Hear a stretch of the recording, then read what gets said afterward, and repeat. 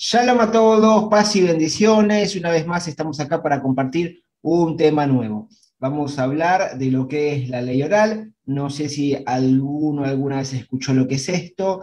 Lo que yo quería dejar claro es que los temas que yo voy dando son un resumen. En realidad son muchísimo más extensos, pero yo hago un resumen para que tengamos una idea. La idea también es motivar a las personas que están viendo ahí a después, si les gustó el tema, investigar por su cuenta, ¿sí? Porque son temas muy amplios que vienen de hace milenios y uno trata de resumirlo lo más posible y siempre adaptándolo a las escrituras, ¿no?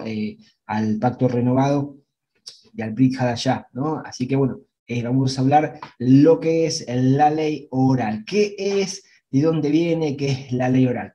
Si tuvieron la oportunidad de ver algunas clases anteriores, habíamos visto que ya había leyes desde el principio, ¿sí? En cuanto a la ley oral, está la versión de la que dicen los judíos, que es la ley oral, y lo que tenemos como evidencia, ¿sí? Según la tradición del judaísmo ortodoxo, observante y clásico, ellos dicen que la ley oral se dio en el monte Sinaí, junto con las leyes, se dio la ley oral. No hay evidencia histórica que se haya dado una ley oral. Hay otra vertiente del judaísmo que dice que no, que se lo dio desde el principio de Adán y Eva y se transmitió de generación en generaciones. Ahora vamos a ir avanzando, pero les hago un breve resumen. En las escrituras tenemos diferentes relatos y hay como grises de relatos que no se sabe bien qué pasó, y la ley oral busca llenar esos espacios. ¿Qué quiso decir Dios con eso? Y busca llenar esos grises que las escrituras no nos cuentan en detalle. Esto así en grandes rasgos. Ahora vamos a ir avanzando y vamos a ver más en detalle lo que es, pero esto vendría a ser la ley oral. Son leyes que se transmitieron, historias del folclore judío, diferentes tipos de narrativas que van a contar hechos, todos sacados desde la Biblia, pero desde interpretaciones. Perfecto, vamos a ir avanzando sobre la ley oral. Tenemos los fundamentos. ¿Qué dice la Biblia respecto a la ley escrita? Si la ley escrita en Deuteronomio 4, 1, 2 dice: ahora pues oye Israel los estatutos y decretos que os enseño a fin de observarlos para que viváis y entréis a tomar posesión de la tierra que ya vuestro Dios Padre os nos da. Nada añadiréis a la palabra que yo os mando, ni le quitaréis, para que guardéis los mandamientos de Yahweh, vuestro Dios, que os ordeno hoy. En Deuteronomio 12:32 dice algo similar, dice que no añadan ni quiten de lo que Dios dio, de las leyes que el Señor dio. Ahí voy a ir pasando diapositivas, son muchos temas, voy a ir a avanzar un poquito rápido, después ustedes miren con tiempo los versículos en sus Biblias, léanlo tranquilo. Entonces tenemos acá que Dios dice que no añadamos ni quitamos a las leyes. Entonces, habíamos visto que Yeshua, es decir, Jesús, es la Torá, la palabra que se hizo carne. En Juan 1, 12 habíamos visto que dice que el verbo se hizo carne, el rema, la palabra, el debar. Estos son diferentes nombres como que se los conoce a la palabra en la Tanaj. Eso después más adelante vamos a profundizarlo, pero uno lo conoce como logos en el cristianismo. Bien, tenemos entonces Yeshua vino a enseñarnos cómo hacer y cumplir exactamente lo de la Torá, o sea, la Torá escrita. Yeshua vino a decir lo que dijo el Padre, ni más ni menos, ni la quitó ni la añadió. Proverbios 30, 2:6 dice que toda palabra de Dios es limpia y Él es escudo a los que esperan. No añadas tus palabras para que Él no te reprenda y seas hallado mentiroso. Habíamos visto que tanto David como Salomón en los Proverbios, como David en los Salmos, hablan de la palabra, de la Torá, que es una deleite, que es una delicia, que es un deleite. Ellos meditaban en la Torá, que es la palabra que tenían. Apocalipsis 21, 17, 12, uno está más familiarizado con Apocalipsis, dice el Espíritu le dice a la esposa, ven y oye, ven, el que tenga sed venga, el que quiera tome gratuitamente del agua de vida. Yo testifico a todo el que oye las palabras de la profecía de este rollo. Si alguno añade de ella, Dios le añadirá a las de las plagas escritas en este rollo, y si alguno le quita de las palabras del rollo de esta profecía, Dios quitará su parte del árbol de la vida y de la santa ciudad y de las cosas que sean escritas en este rollo. Yo no sé de qué rama o denominación vengan ustedes. Yo estuve en algunas iglesias que usaban esto para decir que no tenías que agregar o quitar nada a la Biblia, pero siempre usado desde el Nuevo Testamento. Pero vemos que acá no existía todavía, no se había escrito todavía ni siquiera en griego, pero tenemos acá que el libro de Apocalipsis es un libro diferente a los demás libros de la Biblia, porque los demás libros fueron inspirados y revelados a través del Espíritu Santo, a través de ángeles, a través de visiones, pero el libro de Apocalipsis es el único libro de la Biblia que lo dictó el mismo Yeshua. Desde el mismo Yeshua se lo dictó a Yohanan, a Juan. Entonces dice que no añaden ni quitan del rollo, ¿sí? De las cosas que añadieron. Tengan en cuenta esto que venimos viendo, después va a tener más sentido. Ley escrita, Romanos 7:12, de manera que la ley a la verdad es santa y el mandamiento santo y justo. Romanos 3:31, luego por la fe invalidamos la ley, de ninguna manera, sino que confirmamos la ley. O sea, Pablo está confirmando la ley escrita, ¿sí? Romanos 8:6-7 dice, porque la manera de pensar de la carne es muerte, pero la manera de pensar del espíritu es vida y paz, porque la manera de pensar de la carne es enemistad contra Dios, pues no se sujeta a la ley de Dios, porque tampoco puede. Está hablando de que hay una lucha entre la carne y el espíritu, y la carne se opone a la ley de Dios, ¿sí? A la ley que nos mandó para que vivamos, o sea, está la carne y el espíritu en un constante choque dentro de nuestro siempre. Hechos 24:14 dice, pero esto te confieso que según el camino que ellos llaman secta, esto le está hablando Pablo, ¿sí? Así sirvo al Dios de mis antepasados, creyendo todo lo que es conforme a la ley y lo que está escrito a los profetas. Acá le escribe Pablo a un emperador y le dice esto, de que él nunca se apartó de la ley y los profetas, nunca se apartó de la Tanaj. Hemos visto ya lo que era la Tanaj. Perfecto. Bueno, acá llegamos a un episodio de dónde fue que nació la ley oral. A medida que, como todos sabemos, como venimos viendo en las clases anteriores, luego de la división del reino de Salomón con su siervo, estaba Jeroboam y Roboam, la división del reino, Judá, la tribu del norte, la tribu del sur, la tribu de Judá, la tribu de Israel, las 10 tribus se dispersan. Cuando ellos estaban unidos, tenían la Torá. Luego, cuando ellos fueron a Babilonia, ahí como que fueron un poco influenciados y ahí empezaron a agregar oralmente, ¿sí?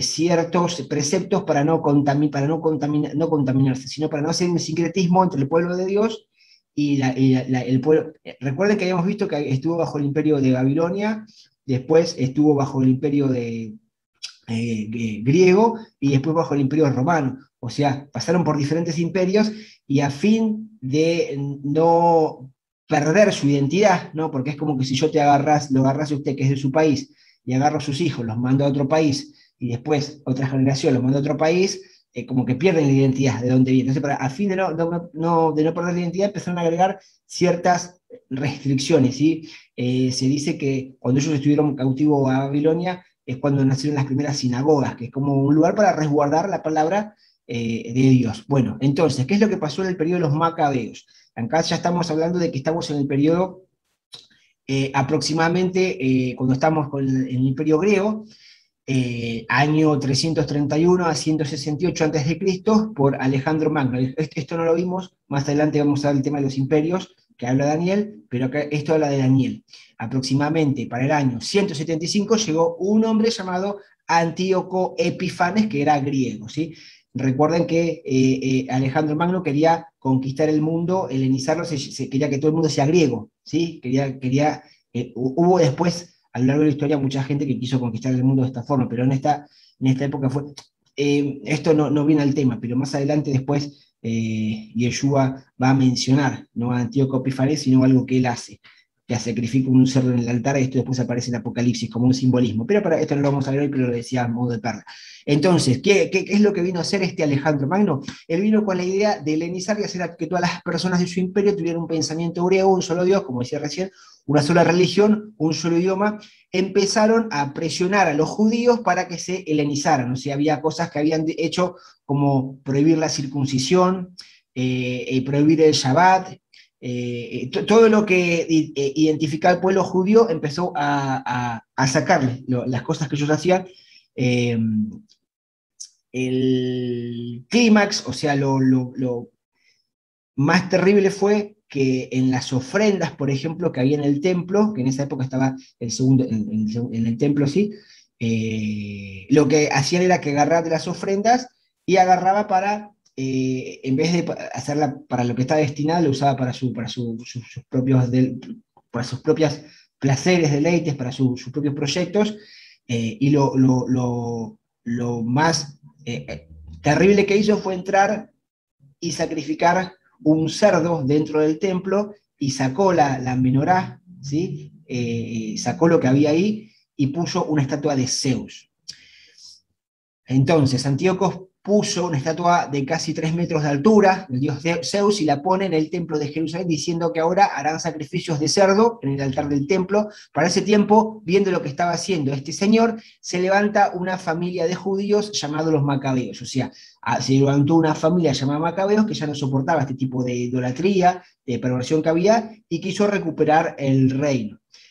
Esto es interesante, pero este celo de los macabeos por conquistar, después de ahí nacen los que son los celotes, ¿no? Uno de los discípulos de Yeshua era el celote, para tenerlo en cuenta.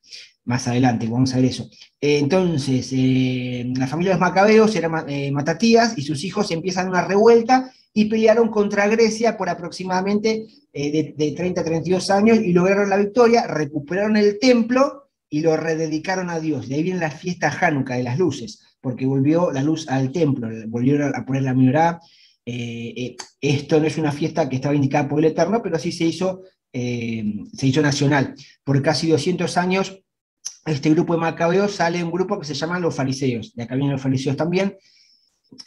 No estuvo mal esta conquista de los macabeos, pero esto no lo vamos a estudiar ahora, pero vamos a ver que después ellos eran judíos, pero después ponen sus sacerdotes, que no eran de la línea de Aarón como Dios lo había mandado. Por eso cuando llegó Yeshua estaba todo el sacerdocio corrupto, era todo un lío, un terrible lío. Entonces de aquí también salen los rabinos, los fariseos, que llegaron unos 150 años antes de Cristo. Ellos trataron de proteger la Torá escrita, en su afán de protegerla cometieron un error. Ellos, viendo todas estas consecuencias que habían pasado desde hace mucho tiempo y a causa de la desobediencia de Israel, crearon un sistema de escritura que se llama la ley oral. O sea, todas estas cosas que venían agregando, ellos la empezaron ya a formalizar, estas tradiciones, estas cosas que venían agregando a la Torá, con este celo, con este afán de ser celosos por la ley y no transgredir el mandamiento. Habíamos visto que lo que la Torá era un cerco de protección, es como que le pusieron un cerco al cerco, ¿se entiende? Era un cerco al cerco y terminaron después invalidando. Esto vamos a ver más ahora un ratito, cómo terminaron después invalidando la ley. Bien, perfecto, entonces vamos a ver los fariseos. Los fariseos, ellos fueron cautivos por un buen tiempo por no obedecer las instrucciones de Dios. Ellos dijeron: de ahora en adelante vamos a darle la interpretación de la Torá para que las personas de nuestro pueblo nunca más vuelvan a ser cautivos a causa de la desobediencia. Entonces, cuando ellos dicen, ellos dicen que cuando el pueblo estaba en el monte Sinaí, eso es lo que yo decía al principio, es la versión de ellos, la versión de los judíos, del judaísmo tradicional. La versión de donde viene la ley oral es de acá. Dicen que cuando el pueblo estaba en el monte Sinaí, Dios le dio 2 Torot, o sea, una Torah escrita y una Torah oral. Los rabinos dicen que la Torah escrita era tan difícil y complicada que era necesario que hombres y rabinos empezaran a explicarla, cómo guardar los mandamientos, y empezaron a hacer añadidos a la Torah y a hacer interpretaciones de cómo debe cumplirse la Torah. Tenga paciencia, hermano, que ahora vamos a ver, porque en la Biblia hay también Torah oral. Por eso es importante esta clase, para después saber diferenciar cuando la Biblia habla de ley, si se refiere a la ley escrita o a la ley oral. Esto es un dato a tener en cuenta, para que entendamos después mejor las escrituras.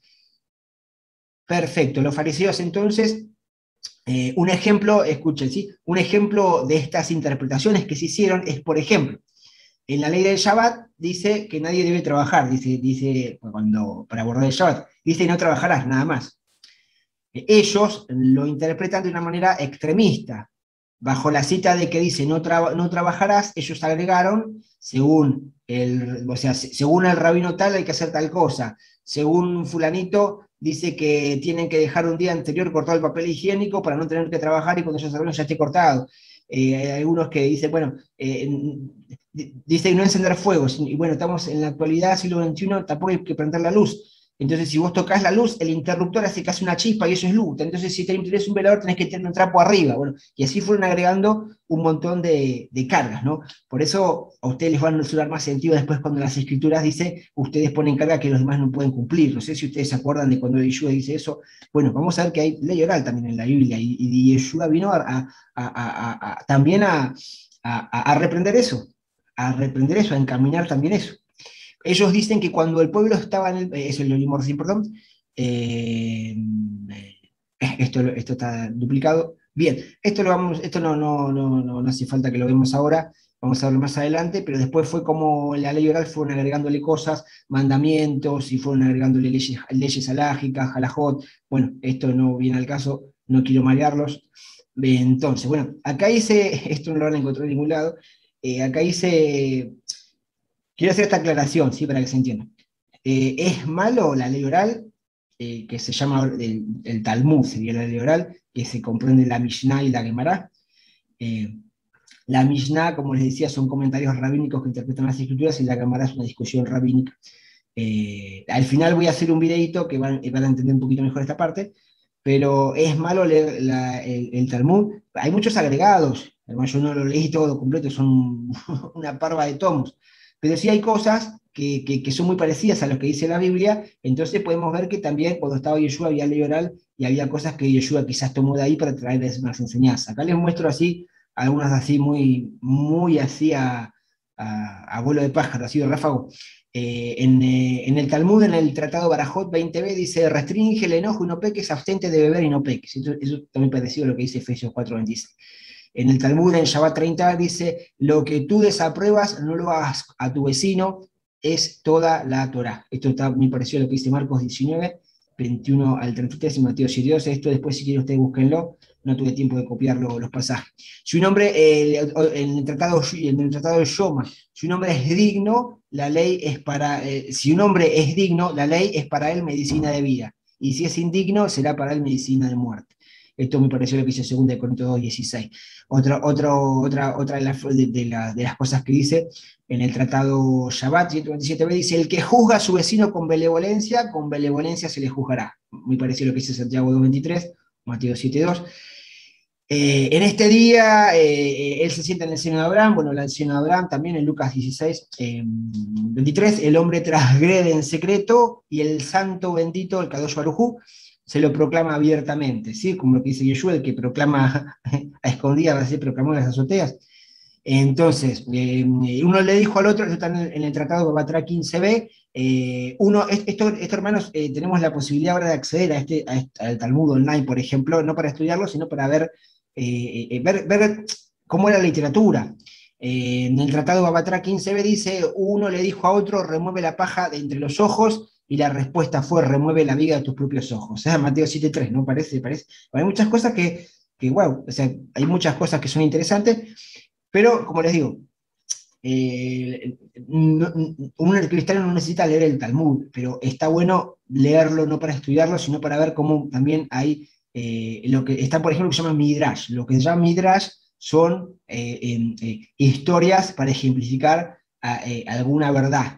Es lo mismo que nosotros conocemos como parábolas. O sea, lo que nosotros llamamos parábolas en el cristianismo, ellos lo llaman Midrash. Y Jesús usaba mucho esto, los Midrash, o sea, son verdades espirituales profundas que traen historias cotidianas para entender una verdad que es muy difícil. O sea, esto es como, por ejemplo, cuando en la Biblia vemos los ángeles, o Dios habló. Dios tocó, pero Dios no es espíritu, pero lo baja al lenguaje humano para que nosotros lo entendamos, ¿sí? O como los ángeles tienen alas, es por ahí una alegoría de decir que pueden volar, pero quizás no tienen alas. Entonces hay muchas cosas que se bajan al lenguaje humano porque imagínense que Dios es infinito. ¿Ustedes podrían meter el infinito dentro de un oído? No, porque explotaría. Entonces el infinito tuvo que hacerse finito y tuvo que hacerse de una forma que uno lo pueda entender. Bien, avanzamos un poquito más.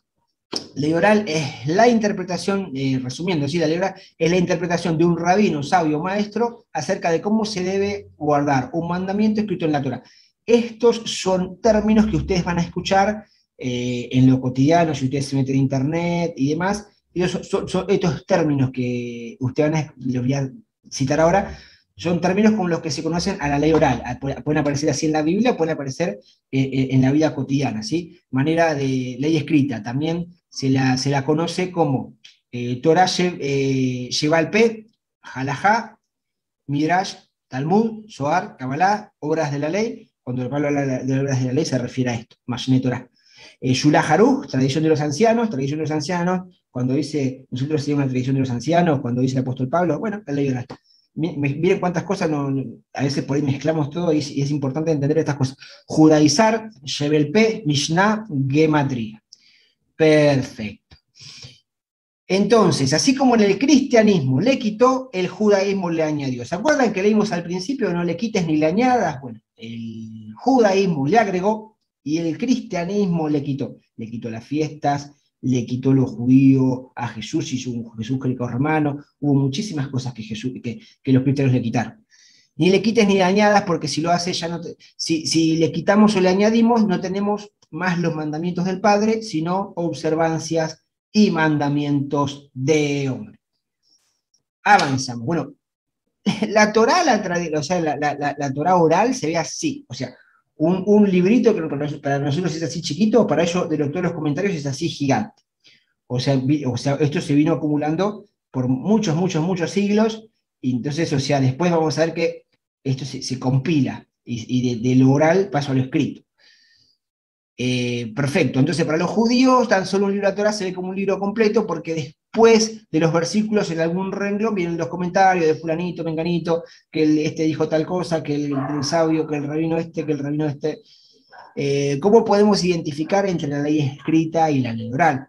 Josué 23:6 nos da una pista, dice, el libro de la ley de Moisés es la ley del Padre, solo que a Moisés la escribió cuando el Padre se la dictó.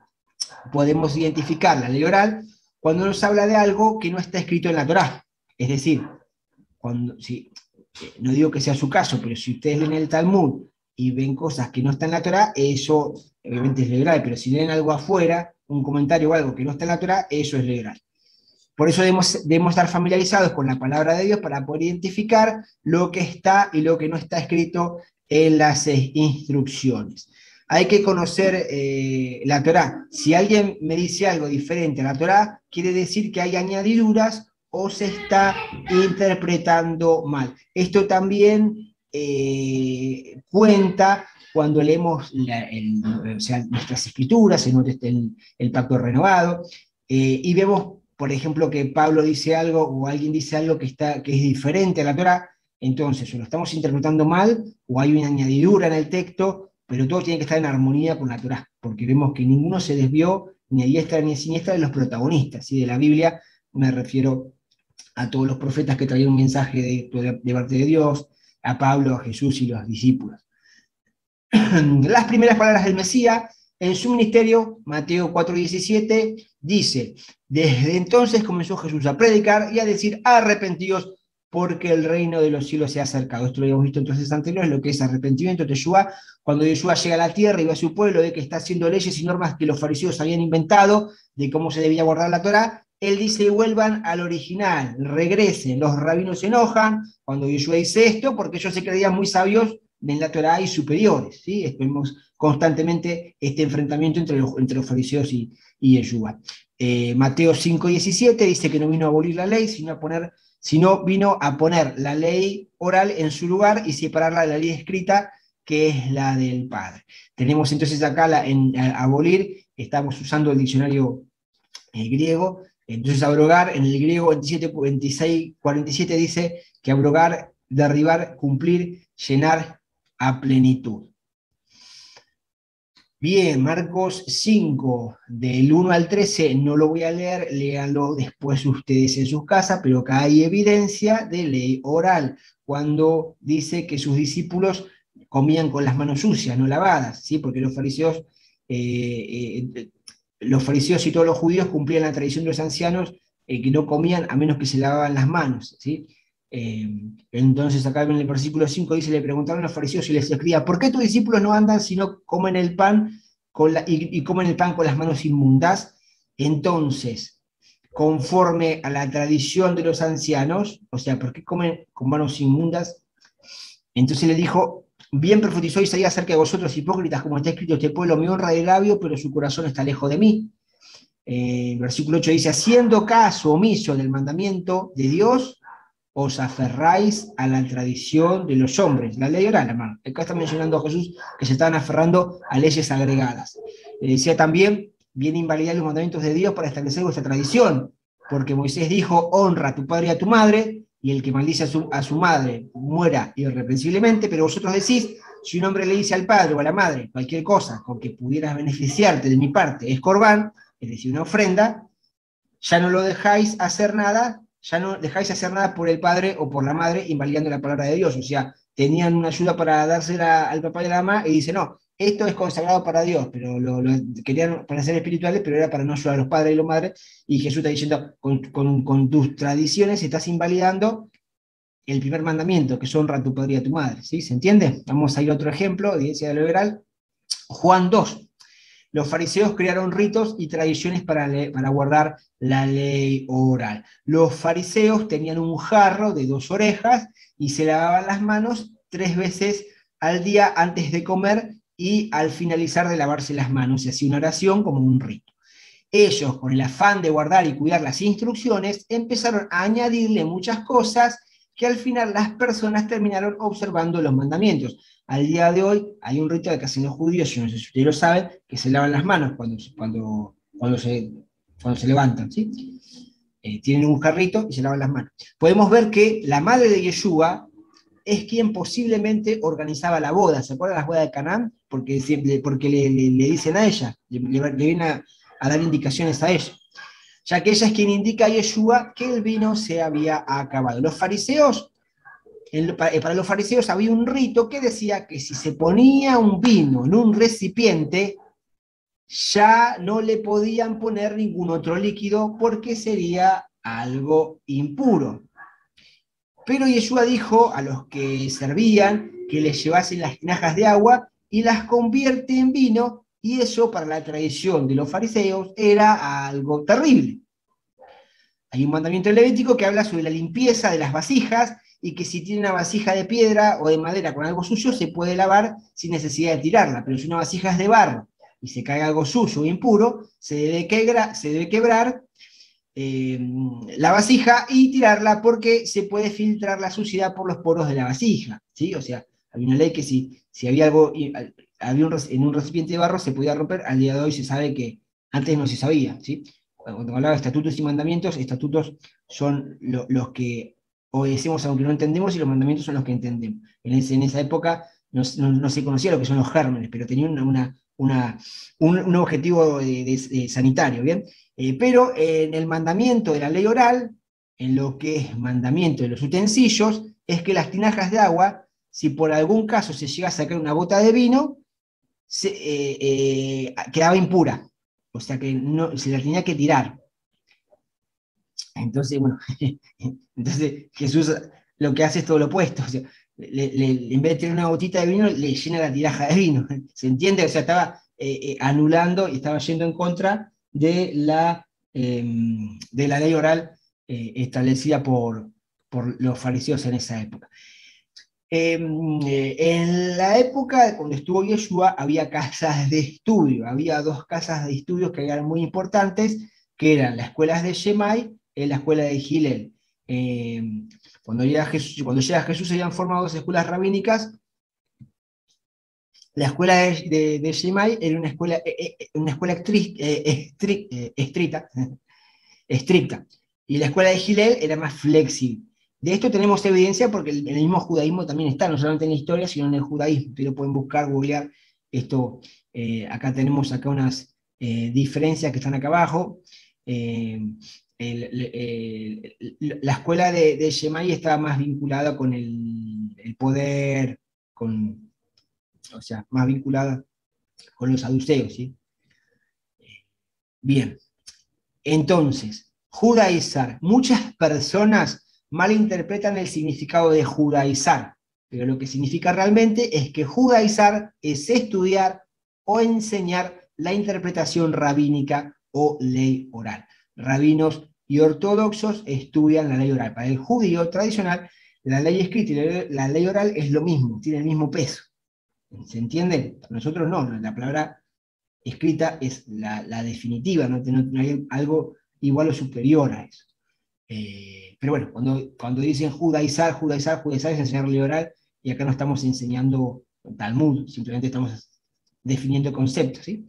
Si la ley, Torá, hubiera sido para los judíos, entonces los únicos que hubieran recibido la ley en el monte Sinaí hubiera sido la tribu de Judá, pero la ley es para Israel, es decir, las 12 tribus, porque cuando estaba Moisés, lo que Dios dictó, lo que escribió Moisés, estaban las 12 tribus. Bien, Yeshua enfatiza hacer el milagro justo donde había ley oral. Dado que la interpretación de hombre la ponían por encima de la Torá escrita, como veníamos diciendo. Este es otro ejemplo, ¿sí?, de cómo Yeshua va en contra de la ley oral. Jesús le dijo: levántate, toma tu lecho y anda. El paralítico, ¿sí?, es muy conocido. Usted, si tiene años en el Evangelio, seguramente que lo debe conocer.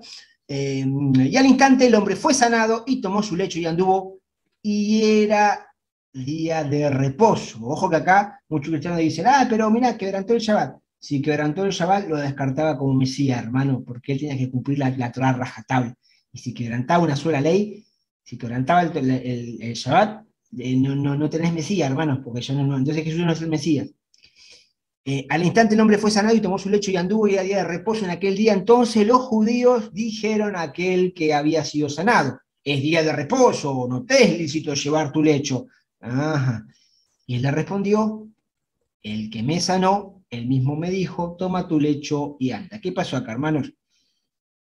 Los Shammai, que es la escuela de Shammai que estamos viendo, desde la interpretación de la Torá, estaban tan cegados con la ley oral que no les importaba que Jesús le había hecho un milagro, solo les importó el hecho de que estaba incumpliendo la ley oral, que estaba sanando en un día de descanso y que el hombre llevaba un lecho. Y los rabinos de Shammai se enfurecieron porque según la ley oral no se podía sanar en Shabbat, y también estaba prohibido llevar su lecho porque era como una carga, por ende un trabajo. Incluso había leyes que decían que en día de reposo, si vos vivís en tal lugar, no podés ir a tantos metros a la redonda de tu casa, porque sería trabajo también. Entonces Jesús decía: andá con tu lecho, o sea, transgredía todas las leyes orales que estaban. O sea, imagínense que el milagro de Jesús, más allá de que fue un milagro, más allá de que restauraba vida, tenía como una doble misión, por así decirlo, tenía un propósito múltiple, ¿no? Porque también estaba enseñando una lección. Y Yeshua solo estaba dejando en claro que la ley escrita es la Torá, la instrucción, y que la ley oral es solo comentarios de hombres. Yeshua estaba haciendo todo lo que la Torá dice, porque si por algún caso Yeshua no hubiese cumplido todos los mandamientos y lo hubiese pecado, no hubiese podido ser el Mesías, es lo que decíamos recién. Por eso él cumplió toda la Torá. Yeshua puso la ley oral en el nivel correcto, haciendo énfasis en que la Torá oral era instrucción de los hombres. Perfecto. Otra ocasión, ¿sí?, una cita rabínica. Esto está esto estamos hablando del Talmud, ¿sí? Esto está en el Talmud, en el Shabbat, tratado 118a. Dice, hay leyes que están en el Talmud. Mezclar tierra o arena con agua para hacer barro, o mezcla de cemento, es una violación del Shabbat. Mezclar una sustancia con otra para hacer una tercera sustancia, eso es una violación del Shabbat. Asimismo, cuando uno escupe en tierra, está mezclando el agua con la tierra, por ende está creando algo nuevo, lodo, barro, por lo cual es una nueva sustancia, eso está prohibido. Van ubicando en qué episodio Yeshua hace esto, que le unta el lodo al ciego en los ojos. Vieron que era más allá del milagro de lo que uno leía, había otro mensaje más también. ¿A quién iba dirigido? También, obviamente, a la persona que era sanada. Por esta razón han llegado al punto de que prohíben tomar agua en Shabbat, porque si se le riega un poco de agua en la tierra, ya estaría haciendo lodo y sería una nueva mezcla. Fariseísmo es lo que hoy en día es el judaísmo ortodoxo. Este era un breve resumen de lo que es la ley oral. Lo resumí lo más que pude. Hace unos 2 años atrás yo había estudiado un poco este tema y en esa época yo hice un pequeño videíto. Ahí se los voy a compartir.